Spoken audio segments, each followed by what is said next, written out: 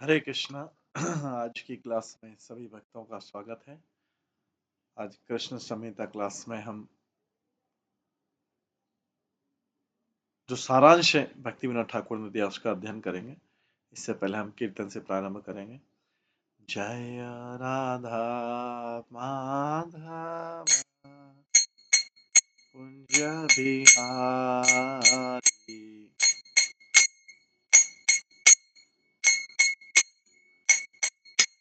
जय गोपी जन वल्लभ गिरिवर धारी, यशोदानंदन ब्रज जन रंजन, यमुना तीरा वनचारी,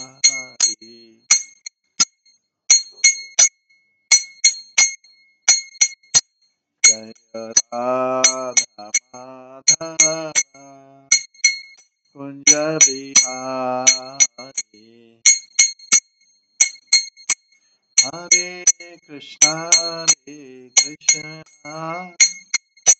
कृष्णा कृष्णा हरे हरे, हरे राम राम राम हरे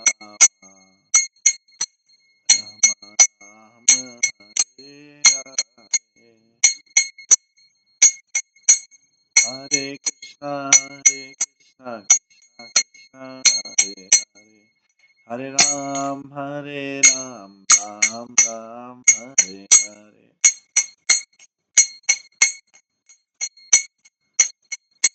हरे कृष्णा कृष्णा कृष्णा हरे हरे, हरे राम राम राम हरे हरे,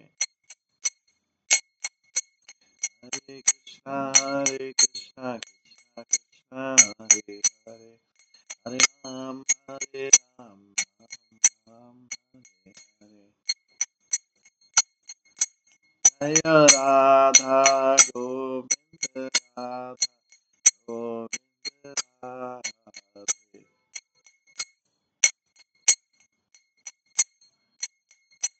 जय राधा माधव राधा माधव राधे,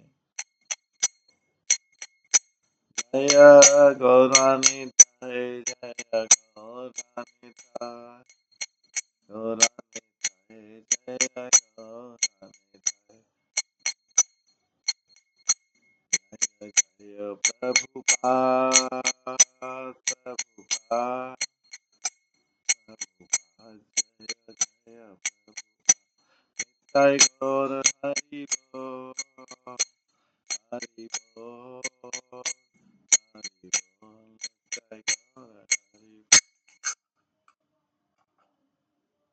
श्री श्री राधा गोविंद देव की जय, श्री जगन्नाथ बलदेव सुभद्रा महारानी की जय, श्री श्री गौर निताय की जय, श्री प्रभुपाद की जय।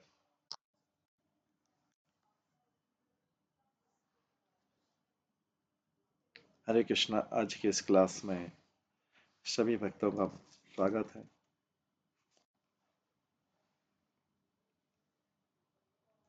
कल हम भक्ति विनोद ठाकुर द्वारा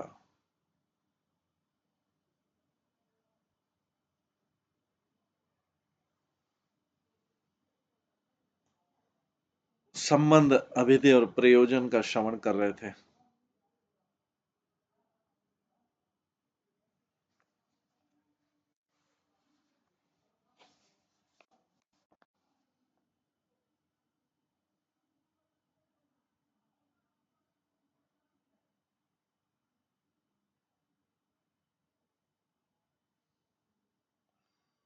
इसमें हमने पहले संबंध का वर्णन सुना था, फिर प्रयोजन का और उसके बाद अभिधेय का। पहले प्रयोजन सुन लिया था, फिर उसके बाद अभिधेय सुना।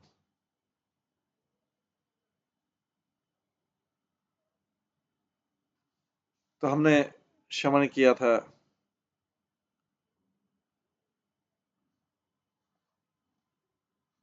कि वर्णाश्रम धर्म में किसको क्या करना चाहिए। जो भी सारे विधि और निर्देश हैं वो सब शास्त्रों से निकले हैं, और जो सारे आर्ग्यूमेंट हैं वो वर्णाश्रम धर्म के अंतर्गत ही है। सारी विधियों को इस अध्याय में श्रवण करना मुश्किल है, लेकिन भक्ति विनोद ठाकुर बोलते हैं कि जो वर्णाश्रम सिस्टम है, वर्णाश्रम का जो सिस्टम बनाया है, वर्ण और आश्रम का पालन करना चाहिए। ये भौतिक जगत के लोगों के लिए एक उचित विधि है, दवाई है उनके लिए।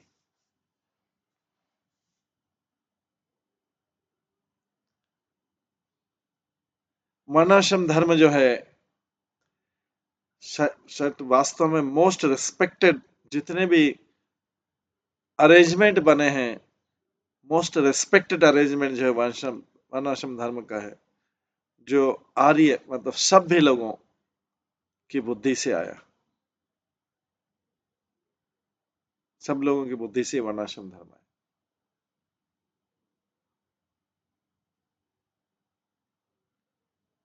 इसके अंदर ही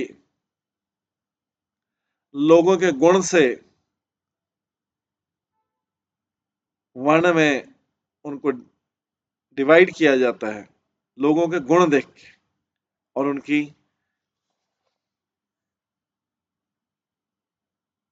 एक कार्यकलाप देख के।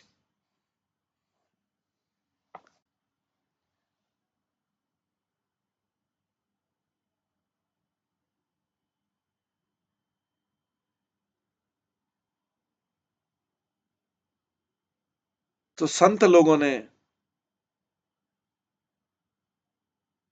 उसके बाद में उनके आश्रम की स्थिति को बताया। इस प्रकार से उन्होंने जो डेजिग्नेटेड लोग थे, विवाहित लोग थे, उनको गृहस्थ में बोला, और जो स्टूडेंट थे, शिक्षा ले रहे थे, या तक उनको ब्रह्मचारी बोला। एडलरली जो वृद्ध और रिटायर्ड लोग हैं उनको बोला वानप्रस्थ बोला, और जिन्होंने सब कुछ त्याग दिया उसको सन्यासी बोला। उन्होंने स्त्रियों और शूद्रों को भी गृहस्थ में बोला गया, स्त्रियों और शूद्रों को भी गृहस्थ में क्लासिफाई किया गया। ब्राह्मणों के अलावा कोई भी सन्यास स्वीकार नहीं कर सकता।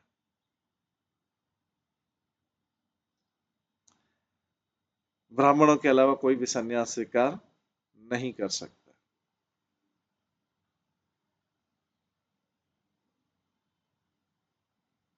इस प्रकार से शास्त्रों का अरेंजमेंट जो है एक वंडरफुल अरेंजमेंट बोला गया है इसको। भक्तिविनोद ठाकुर कैसे कितना सुंदर अरेंजमेंट किया वर्णाश्रम धर्म, लेकिन अनुचित विचारों से, अनुचित विचारों और ईर्ष्या के कारण जो दूसरे देशों के लोग हैं वो इस अरेंजमेंट को निंदा करते हैं, क्रिटिसाइज करते हैं। कुछ मूर्ख लोग, हमारे देश के भी कुछ मूर्ख लोग इसकी निंदा करते हैं। इसका कारण है अपर्याप्त अपर्याप्त समझ, अज्ञानी अपर्याप्त समझ ही, क्योंकि उसका उद्देश्य नहीं समझ रहे कि कितना सुंदर ये वर्णाश्रम धर्म बनाया।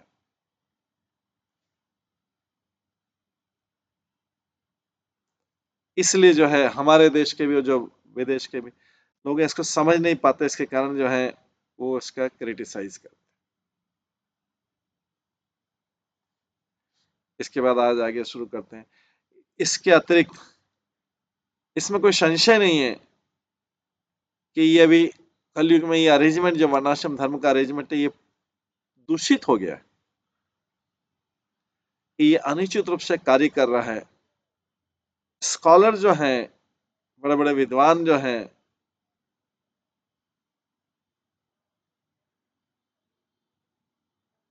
ऐसे उपस्थित नहीं जो इस वर्णाश्रम धर्म का सही अर्थ बता सके।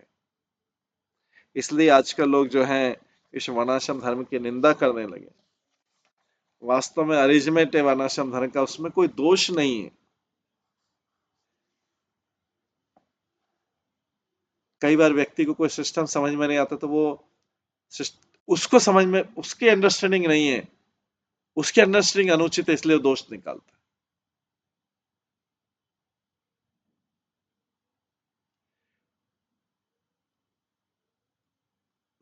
सिस्टम अपने आप में दोष रहित है, लेकिन अगर इसको गलत तरीके से अब इसका उपयोग किया जाए तो सिस्टम क्या क्या फॉल्ट है, सिस्टम में क्या दोष, हमारी उसका अंडरस्टैंडिंग नहीं है, हमारी समझ नहीं है। वर्णाश्रम धर्म जो है, किसी का वर्णाश्रम धर्म व्यक्ति के स्वभाव से आ रहा है, अब उसको बोला जा रहा है जन्म से। अरे भाई, जन्म का तो कभी बात ही नहीं किया था, स्वभाव से आ रहा है। इसके कारण जब जन्म से बोलते हैं तो इससे कई गलत रिजल्ट आए।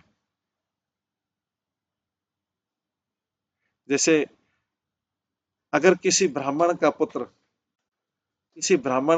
अनक्वालिफाइड है, अयोग्य है,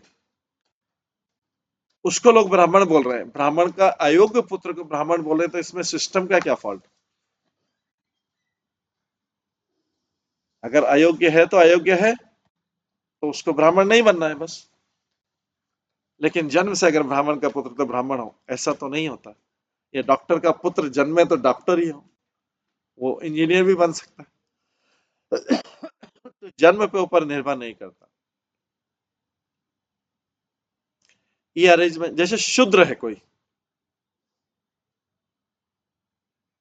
शूद्र का कोई पुत्र है या शूद्र की कोई संतान है, वो ब्राह्मण भी बन सकता है चाहे तो, जन्म से नहीं है। इसलिए लोग जब जन्म से बोलते हैं तो पूरा सिस्टम खराब हो जाता है। ओरिजिनल वर्ना सिस्टम उसके स्वभाव के और गुण के कारण था। कोई व्यक्ति ब्राह्मण है तो उसमें स्वभाव ब्राह्मण का होना चाहिए और गुण ब्राह्मण के होना चाहिए। ब्राह्मण मतलब इंटेलिजेंट क्लास, बुद्धिमान लोग। शूद्र मतलब मूर्ख लोग, उनको लेबर में ही नियुक्त करना चाहिए, लेबर क्लास, जो बाकी तीनों की सेवा करे। भगवान की सेवा करे वो शूद्र नहीं, भगवान की सेवा करेगा वो इंटेलिजेंट क्लास। लेकिन जनरल सामान्य समाज में जो सारे वर्णों की सेवा, समाज में जो सारे वर्णों की सेवा करता है वो श्रम वाला कार्य है, वो शूद्र का।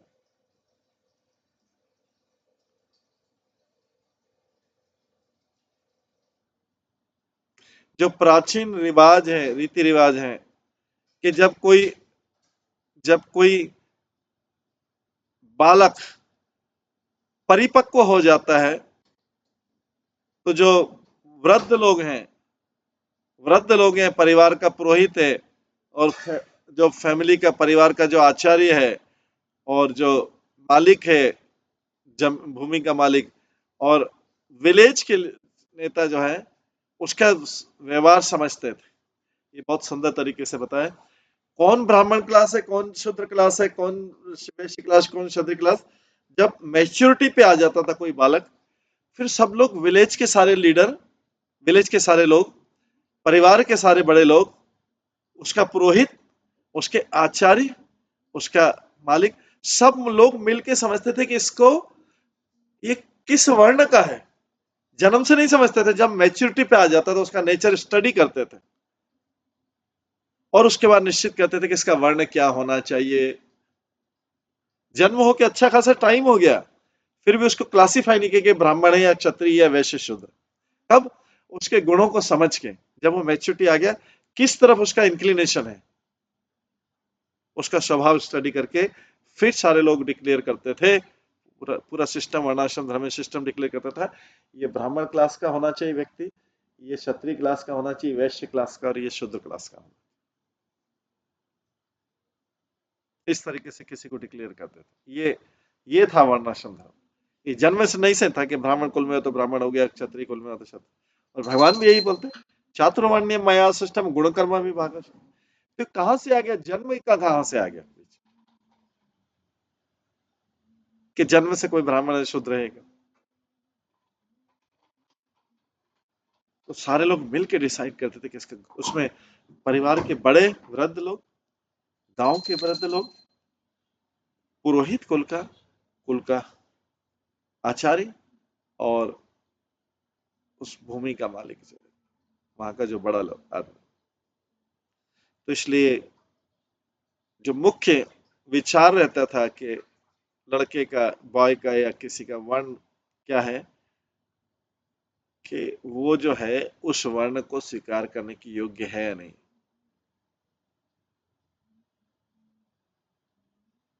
मुख्य विचार था कि जो बॉय का वर्ण क्या होना चाहिए, वो किस प्रकार का उसकी योग्यता है उस वर्ण का स्वीकार करने के लिए। इस इस स्वाभाविक, जो इस स्वभाव को, इनहेरेंट नेचर जो है, और वैसा हार्ड वर्क करके हाई स्टेटस लाके,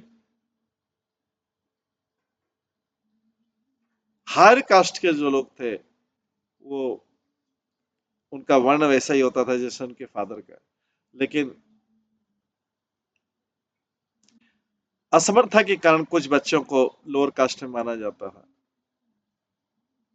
और फिर लोअर कास्ट के बच्चों को, उनको हायर कास्ट का मान लिया जाता अगर एग्जामिनेशन में वो योग्य हो गए थे, जब उनकी योग्यता का टेस्ट किया जाता।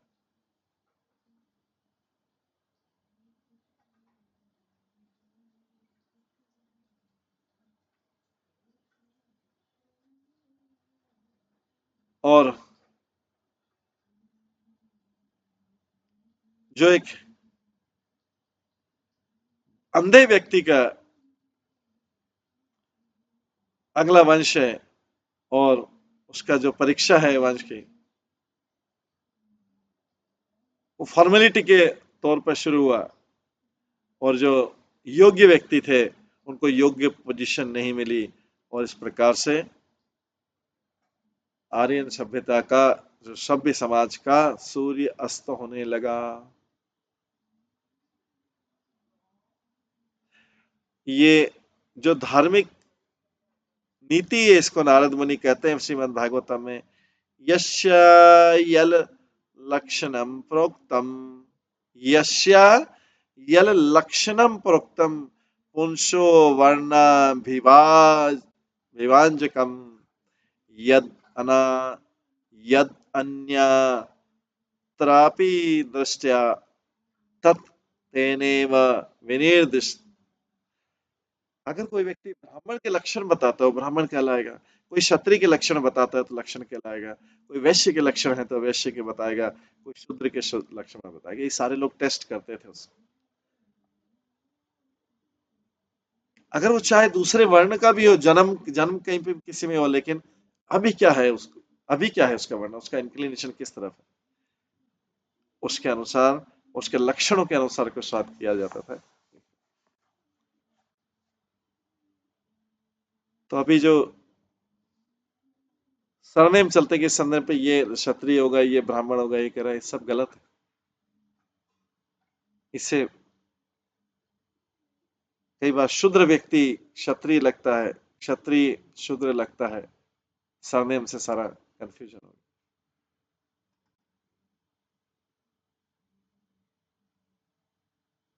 लेकिन वास्तव में उसका स्वभाव कैसा है,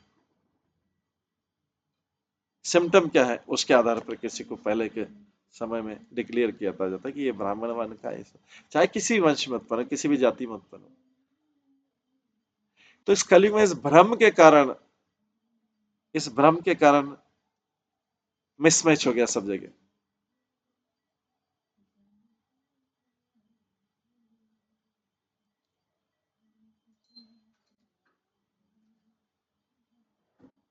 और इवन सारा लोग विवाह पे, जन्म के उस पे विवाह मैच कर लेते हैं, वास्तव में ऐसा होता नहीं है। अगर कोई शूद्र व्यक्ति भी अपना सरनेम क्षत्रिय वाला लगा ले, क्षत्रिय शूद्र वाला लगा ले, कोई ब्राह्मण का सरनेम लगा ले, लोग सोचते हैं मैच कर रहा है, हमारी जाति से मैच कर रहा है, जो जन्म के आधार पर। ना भगवान रिकमेंड करते, ना संत लोग रिकमेंड करते जन्म के आधार पर जो जाति। लेकिन पहले सब मोल के, सब मिलके, गांव के लोग, परिवार के एल्डरली लोग उसका वर्ण डिसाइड करते थे कि किसका स्वभाव कैसा है। तो जो संत लोग थे पुराने समय के, एंशियंट टाइम्स के, वो अपने स्वप्न में नहीं सोचा, उन्होंने स्वप्न में नहीं सोचा कि जन्म से हो जाना चाहिए।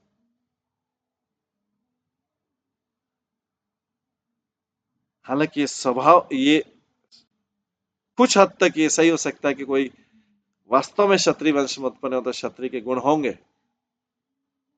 कुछ हद तक ही सही हो सकता है, लेकिन उसके बड़े होकर उसके गुण समझने पड़ेंगे जब वो मैच्योरिटी पे 16-17 साल का हो जाता है।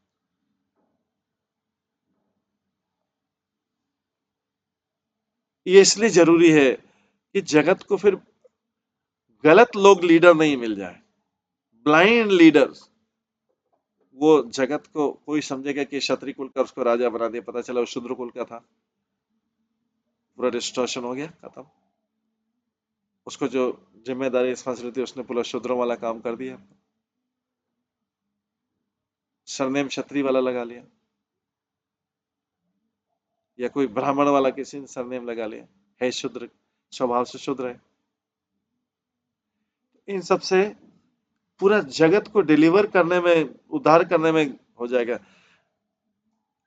Religious scriptures unfortunately fell into the hands of some selfish and foolish smart ब्राह्मण और रिचुअलिस्टिक ब्राह्मण। तो उसका था कि डेंजर क्या हो गया, system was introduced to prevent has itself attack the system.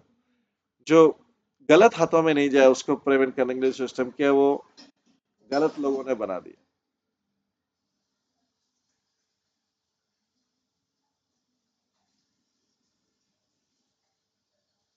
ये बहुत शोक का विषय है भक्ति विनोद ठाकुर को। इसके कारण संसार का पतन हुआ।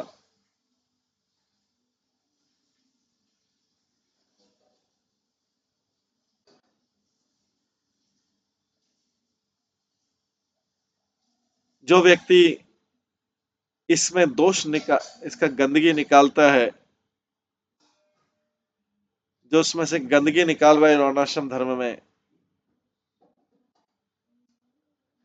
उसको लोग, वो धीरे धीरे उसको देश सेवा में बिजी हो गया।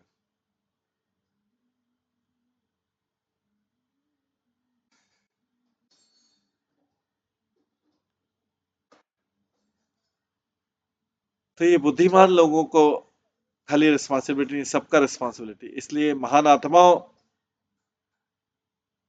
जो देश के कल्याण के बारे में सोच रहे हैं, पहले कल्याण तभी होगा देश का जब अपना सिस्टम जो है, आपका जो वर्णाश्रम सिस्टम है, उसको दोष रहित बनाइए। जो पूर्वजों ने ये सिस्टम बनाया था ऋषि मुनियों के द्वारा, इसको सही तरीके से शुद्ध कीजिए वर्णाश्रम धर्म को।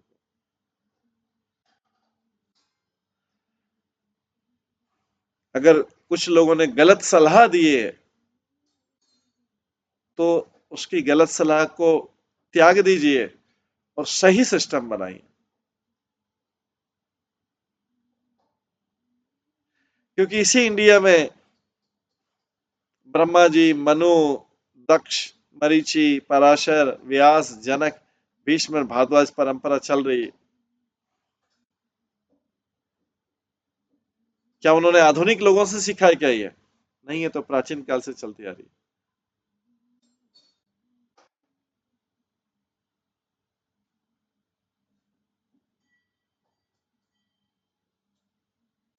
अगर वर्णाश्रम धर्म निर्दोष स्थापित हो जाएगा, अच्छी तरह दोष रहित होगा, तो इंडिया या भारत जो है पृथ्वी सारी चीजों में आगे बढ़ेगा।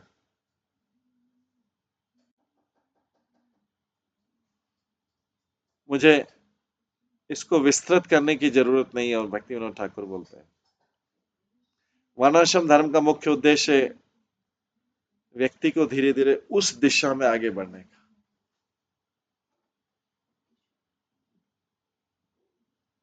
उस दिशा में अपने कर्तव्य करके भगवान को केंद्रित, लॉर्ड एट द सेंटर, भगवान को केंद्रित रख के उस दिशा में, उस वर्ण आश्रम धर्म के अनुसार व्यक्ति आगे बढ़ेगा तो सफल होगा अपने जीवन।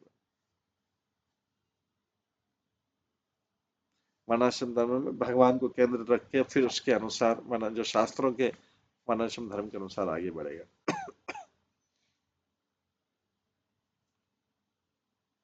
इस प्रकार से लोग जो है धीरे धीरे आध्यात्मिक जीवन की तरफ बढ़ेंगे, अपनी वर्णाश्रम धर्म के कर्तव्य करते हुए आगे बढ़ेंगे। तो इसमें किसी के ऊपर भक्ति के लिए फोर्स नहीं रहेगा, क्योंकि वो पहले से ही सीखा हुआ है भक्ति का महत्व, भगवान का महत्व पहले से। इनवॉन्टली इसके ऊपर भक्ति का फोर्स प्रेशर नहीं रहेगा। इनवॉन्टली फोर्स या प्रेशर किस लिए रहता है कि वो बचपन से, बाल्यकाल से भक्ति के संस्कार नहीं मिले, तो उसके ऊपर पूरा भक्ति जो है वो बर्डन हो गया। लेकिन वर्णाश्रम धर्म में पूरे संस्कार बाल्यकाल से मिलते हैं, उसको भक्ति बर्डन नहीं लगता, उसको भक्ति नेचुरल वे ऑफ लाइफ, उसको तो लगता है कि इसके अलावा जीने का और कौन सा तरीका है। भगवान को केंद्र रख के और वर्णाश्रम धर्म का पालन करते हैं, इसके अलावा जीवन का उसको और तरीका ही कोई गलत तरीका नहीं मिलेगा। लेकिन आधुनिक युग में ये भक्ति विनोद ठाकुर एक्सप्लेन करके सारे गलत तरीके से शिक्षा हुई है, गलत तरीके से संस्कार हुए हैं। अब जब वो भक्ति में आगे बढ़ते हैं, सही संस्कार पता लगते हैं, तो वो लगता है भक्ति तो बर्डन है, हमने तो ये आज तक किया नहीं, क्योंकि पॉल्यूट हो चुका मन। जो जबकि भक्त परिवार के लिए वही तरीका है जीने का, शुरू से वही तरीका समझा,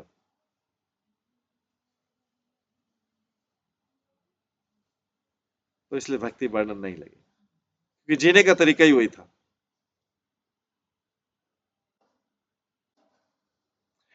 इस प्रकार से लोग धीरे धीरे स्पिरिचुअल लाइफ में अपनी ड्यूटी करते हुए, प्रेस्क्राइब ड्यूटी करते हुए स्पिरिचुअल लाइफ में आगे बढ़ेंगे। कर्मकांड में जो है, कर्मकांड के जो विद्वान है,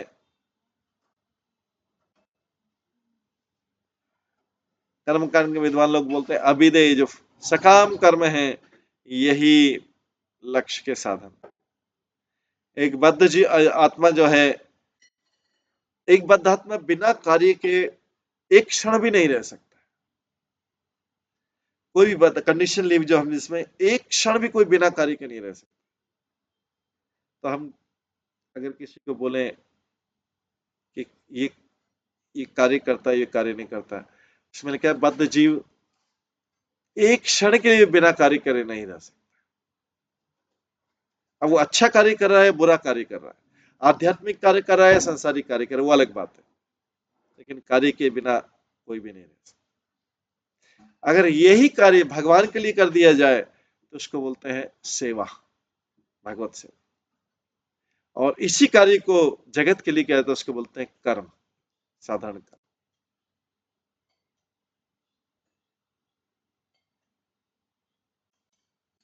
अगर हम अपने जीवन का अच्छी तरह वर्णाश्रम धर्म के अनुसार पालन नहीं करते हैं तो हम प्रयोजन को प्राप्त नहीं कर सकते, गोल है। इसलिए सारे जो कार्यकलाप हैं वो तो करना ही है। All activities are unavoidable. हर व्यक्ति कुछ ना कुछ काम कर रहा है, हर व्यक्ति कर रहा है। पशु भी काम कर रहा है, पक्षी भी काम कर रहा है, कुत्ता भी घूमता रहता है, घूमता रहता है, घूमता रहता है, जहां कुछ खाने को मिला खा लिया, फिर आगे घूमता रहेगा, घूमता रहेगा, घूमता रहेगा, फिर आगे थोड़ी देर के लिए रेस्ट करेगा सड़क पे, फिर घूमता रहेगा, घूमता रहेगा, घूमता रहेगा, फिर कुछ ढूंढता रहेगा। कुत्ता जब पशु भी काम कर रहा है तो फिर मनुष्य क्यों नहीं करेगा एक क्षण के लिए बिना कार्य करे रहना। इसलिए हमारे जो कार्य है उसको वेस्ट नहीं है, उसका फल वेस्ट नहीं है। ऑल एक्टिविटी शुड बी डाउटेड for the pleasure of the Lord. आशा यही है कि काम तो आप ऑलरेडी कर रहे हो। कोई बोलेगा मैं भक्ति में बहुत काम कर रहा हूँ, बहुत काम कर रहा हूँ, बहुत काम कर रहा हूँ, मूर्ख। वो भक्ति नहीं करेगा तो दूसरा काम करेगा, सी क्लास डी क्लास का काम करेगा, काम जरूर करेगा। कुत्ता भी काम करता है। बुद्धिमानी किसमें है? All activity should be dovetailed for the pleasure of the Lord. ऐसे कार्य किए जाए, चुन चुन के ऐसे कार्य किए जाए जिससे भगवान प्रसन्न। बस यही तो अंतर है। भक्ति में भी कोई एक्स्ट्रा काम नहीं है, वही जो कार्य कर रहे थे, क्योंकि कोई भी जीव बिना कार्य करे एक क्षण के लिए भी नहीं रह सकता। तो इसका मतलब कार्य ऑलरेडी कर रहा था किसी न किसी रूप में, चाहे अपने प्लेजर के लिए कर रहा हो, अपने परिवार के प्लेजर के लिए कर रहा हो, संबंधी कुटुंबी उनके प्लेजर के लिए कर रहा हो, मित्रों के प्लेजर के लिए, मित्रों के आनंद के लिए कर रहा हो। हर तो रहा ही कोई करने का, हर जगह। लेकिन अगर ये डाउट है, सारी एक्टिविटी वो भगवान की प्रसन्नता के लिए कर दे तो वो भक्ति हो जाएगा। अदरवाइज सारी activity will transform into atheistic, नास्तिक बन जाएगा। उसके सारे कार्य करते करते करते करते नास्तिक बन जाएगा, भगवान को स्वीकार करना भी भूल जाएगा। एतत् संसुचितम ब्रह्म तापत्रय चिकित्सताम। पहले स्कंद के 5वें अध्याय के 32। एतत् एचत् संसुचितम ब्रह्म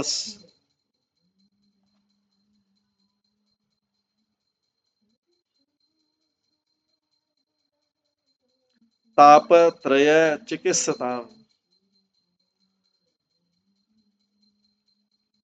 यदीश्वरे भगवती कर्म ब्रह्मणि भावितम। ओ ब्राह्मण व्यासदेव, ये विद्वान लोग बताते हैं कि जो बेस्ट जीवन में कष्टों को और त्रितापों को हटाने का बेस्ट उपाय है, ये फार्मूला बता रहे हैं भक्ति विनोद ठाकुर, बहुत इंपॉर्टेंट फार्मूला बता रहे हैं। क्या बोल रहे हैं? भागवतम से श्लोक लिया है। इस जीवन के remedial measure, best remedial measure है इस जीवन के कष्टों को और त्रितापों को हटाने के लिए कि अपनी सारे कार्य भगवान की सेवा के लिए कर दिए जाए, सारे कार्य को उसमें डाल दिया जाए, भगवान की सेवा में डाल दिया सारे कार्य। क्योंकि जो सकाम कर्म, इच्छाओं वाले कर्म सिंपली डिस्टर्बेंस है वो सोसाइटी में। केवल जो सकाम कर्म है, फल की, भौतिक फल की इच्छा से, भौतिक आकांक्षा, भौतिक आशा की पूरी करने से वो पूरे की पूरे सोसाइटी में डिस्टर्बेंस है सारे। उसका उपाय बता रहे हैं, सारे ट्रबल, सारी मिजरी हटाने के लिए भक्ति बुलबुल अपने सारे कार्य भगवान के लिए कर दीजिए, वो सेवा हो जाएगा, सर्विस ऑफ द सुप्रीम। लेकिन जो सकाम कर्म से भौतिक जगत में इच्छा, यश और ये सब पाने के लिए जो कार्य किए गए वो केवल डिस्टर्बेंस है, चाहे बिना मोटी के भी किए जाए, चाहे बिना उद्देश्य के भी किए जाए। कोई व्यक्ति बोल रहा है मैं इस जगत में सेवा कर रहा हूं लेकिन बिना आशा के कर रहा हूं, वो बोल रहे हैं कि सारा का फल डिस्टर्बेंस। वो व्यक्ति बोल सकते मैंने नहीं, बिना आशा के कर रहा हूं अपने संबंध के कारण। लेकिन यहाँ बोल रहे हैं सारे के सारे परफॉर्म विदाउट मोटिव वाले भी सारे काम है, सब वास्तव में सकामी और सब डिस्टर्बेंसेस है। इसलिए जब तक कोई व्यक्ति कार्य नहीं करता अपनी योग्यता के अनुसार,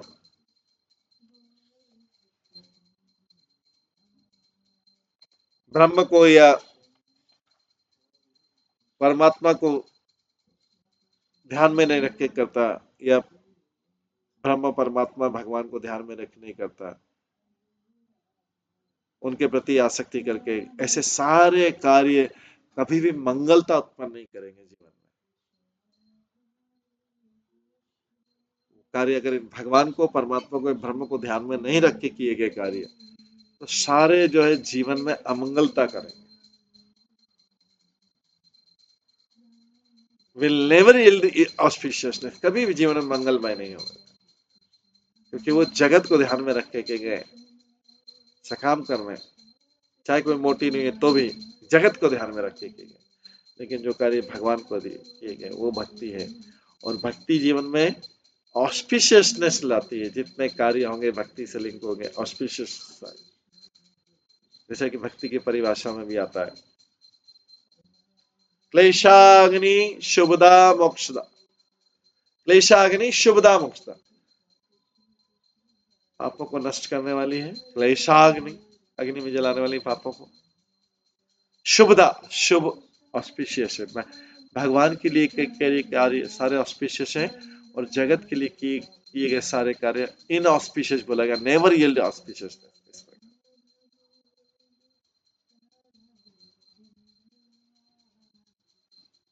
ये सब आसक्त होकर किए गए। नाउ अब we will describe the path of attachment in its proper. अब हम ये आसक्ति का जो मार्ग है इसको उचित तरीके से वर्णन करेंगे। भक्ति विनोद ठाकुर बोलते हैं, तो जो व्यक्ति कोई सुप्रीम गोल को प्राप्त करने के लिए, अगर कोई व्यक्ति अपने लक्ष्य को प्राप्त करने के लिए जो कार्य करता है वो भगवान की परमात्मा की पूजा के रूप में काउंट होता है, या यज्ञ पुरुष की पूजा में काउंट होता है। जो भी कार्य है, भगवान की पूजा और भक्ति कभी भी त्यागा नहीं जा सकता है, चाहे कोई नित्य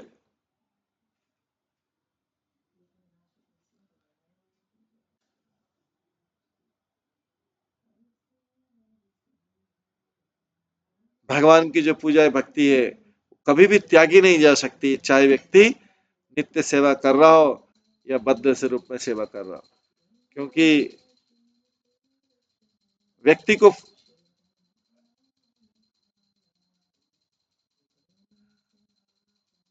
को बांधा गया है कि उस टाइप की अपनी प्रेस्क्राइब ड्यूटी करे, और ग्रेटफुलनेस,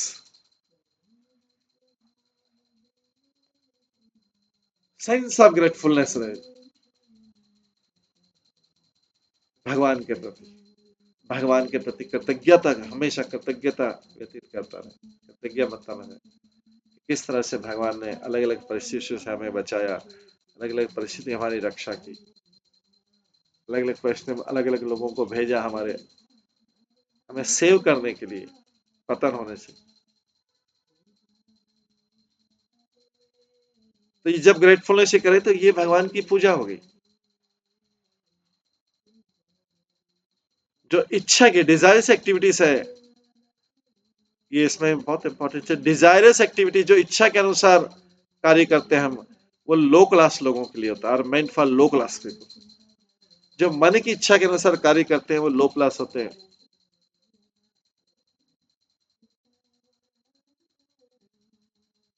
क्योंकि मन को लो क्लास व्यक्ति मानता है, जो हाई क्लास है मन को नियंत्रण रखता है, मन को अपने ऊपर हावी नहीं होने देता है, मन की बात नहीं मानता, मन से बात मनवाता है। जो लो क्लास है मन का गुलाम रहता है, इसलिए उसके कार्य गलत होता है। जो हाई क्लास होता है मन को नियंत्रण में रख के उससे काम करवाता है, उसकी बात नहीं मानता, उससे काम करवाता है।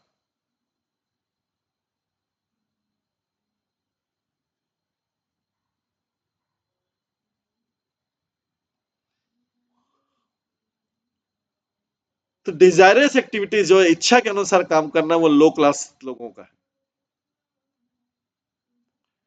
लेकिन एक अरेंजमेंट है कि ये इन सारे मन के कार्यों को भगवान में के द्वारा अर्पित कर दे, जैसा श्रीमद् भागवतम में कहा गया है, अकाम सर्व कामो वा मोक्ष काम उदारधि तीव्रेण भक्ति योगेन यजेता पुरुषम परम।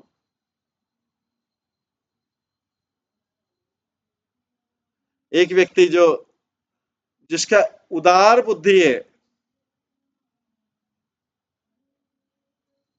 एक व्यक्ति जिसमें उदार बुद्धि है, तो उदार बुद्धि कौन है?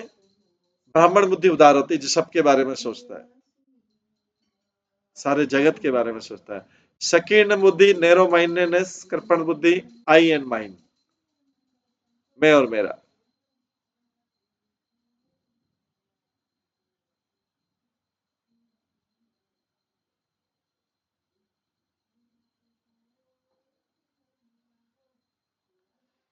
तो जिसकी उदार बुद्धि है, या व्यक्ति जो जिसकी बहुत सारी इच्छाएं हैं, या किसी कोई इच्छा नहीं, या किसी को मोक्ष प्राप्ति की इच्छा है, वो सारे साधनों से भगवान की, पूर्ण पुरुषोत्तम भगवान की पूजा करना चाहिए।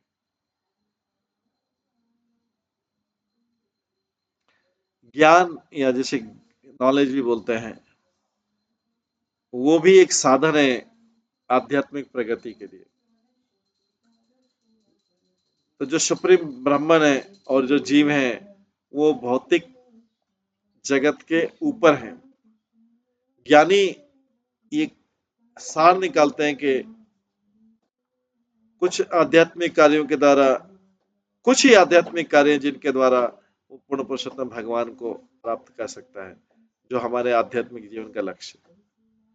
हालांकि कर्म जो है व्यक्ति के शरीर और परिवार को मेंटेन करने के लिए, पालन करने के लिए पर्याप्त है, लेकिन अगर ये भौतिक कार्यों से आते हैं और इसमें कोई शक्ति नहीं कि व्यक्ति पदार्थ से अपनी आसक्ति खत्म करे,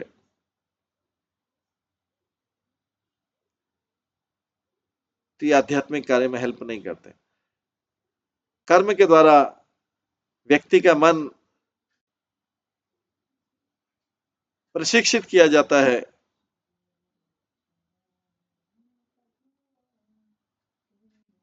पूर्ण पुरुषोत्तम भगवान को प्राप्त करने के लिए।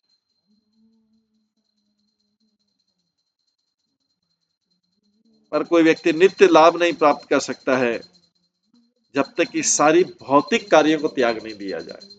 कार्य किए जाए, जब भी भौतिक कार्य होते लोग बोलेंगे अरे भौतिक कार्यों को त्याग दे कैसे, फिर क्या करेंगे, क्या करेंगे, फालतू बैठेंगे। इससे बोला गया है कि पूर्ण पुरुषोत्तम भगवान को प्राप्त करने के लिए जो कि जीवन का लक्ष्य है,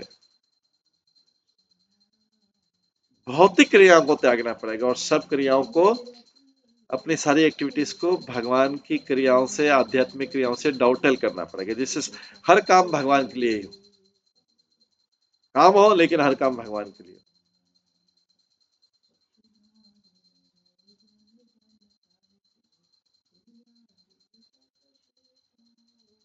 हालांकि कर्म और व्यक्ति का मन पूर्ण पुरुषोत्तम भगवान की सेवा के ऊपर केंद्रित रहना चाहिए, लेकिन व्यक्ति को तब तक लाभ नहीं मिलेगा अगर वो भौतिक कार्यों में अपने आप को व्यस्त रखे। व्यक्ति को आध्यात्मिक रिजल्ट तभी प्राप्त होते हैं आध्यात्मिक प्रयास करके। भौतिक प्रयास करके आध्यात्मिक चीज कैसे प्राप्त हो सकती है? आध्यात्मिक प्रयास करके ही आध्यात्मिक चीज प्राप्त। इसलिए जीव को पहले जो डिस्कस करना चाहिए, मटेरियल वर्ल्ड को समझना चाहिए और पता लगना चाहिए कि मटेरियल वर्ल्ड किस प्रकार का है, और सारी भौतिक गुणों को, क्वालिटी को त्याग करके उसको समाधि में या ब्रह्म का, ब्रह्म रूपी संपत्ति प्राप्त करने में बिजी होना चाहिए। जब तक कोई व्यक्ति भौतिक शरीर में रहेगा, मतलब भौतिक कार्य करता रहेगा, उसको फिर आगे भौतिक कार्य स्वीकार करने पड़ेंगे अगले जन्मों में।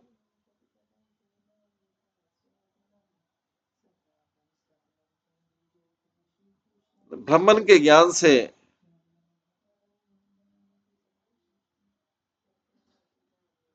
ब्राह्मण के ज्ञान से जो आत्मा है, ब्रह्म के ज्ञान से आत्मा ब्रह्म में विलीन होता है। ऐसे ब्रह्म ज्ञानी सोल का, आत्मा का स्वतंत्र अस्तित्व स्वीकार नहीं करते हैं, इसलिए बोलते हैं कि मर्ज होने के बाद में सोल का अस्तित्व नहीं है। और जब ऐसे लोग मानते हैं कि जब आत्मा जो है मुक्त होता है, वो भी अव्यक्त हो जाता है, निराकार हो जाता है और ब्रह्म के साथ में विलीन हो जाता है। ये उनके लिए, इसीलिए वो ज्ञान प्राप्त करने की कोशिश करते हैं। भगवत गीता में भगवान स्वयं बोलते हैं, भक्ति का उद्देश्य बोलते हैं, ये त्वाक्षरम अनिर्देश्यम अव्यक्तम पर्युपासते सर्वत्र गम अचिंत्यम च कूटस्थम अचलम ध्रुवम।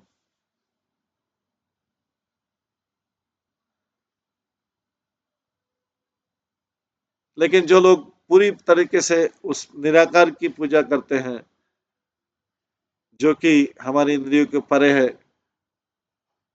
और अचिंत्य है, सर्वव्याप्त है, बदलने वाला नहीं है, फिक्स है और अचल है, तो जो इम्पर्सनल कंसेप्शन है,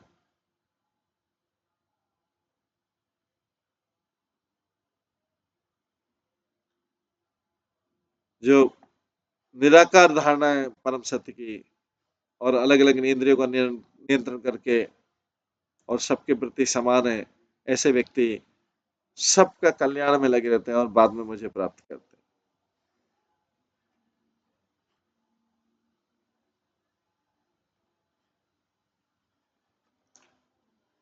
इस प्रकार से हम देखते हैं कि भक्ति विनोद ठाकुर बारीकी से सब कुछ बता रहे हैं, बहुत फाइन तरीके से बता रहे हैं, सारांश में वर्णाश्रम धर्म के फायदे और सारे कार्यों को किस प्रकार से भगवान के कार्य बना देना। और साथ में बताया कि कार्य के बिना कोई भी संसार में नहीं रह सकता। इसका मतलब सब लोग कार्य कर रहे हैं, लेकिन उनके कार्य गलत दिशा में है, भगवान की दिशा में नहीं, भगवान के प्लेजर के लिए नहीं कर। अभी इसके आगे का जो हम कल की क्लास में श्रवण करेंगे।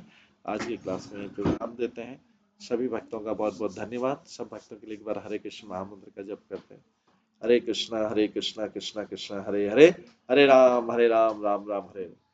श्रीमद कृष्ण संहिता ग्रंथ की जय। श्री भक्ति विनोद ठाकुर की जय। श्रील प्रभुपाद की जय। सभी भक्तगणों की जय। हरे कृष्णा कृष्णा कृष्णा हरे हरे, हरे राम राम राम।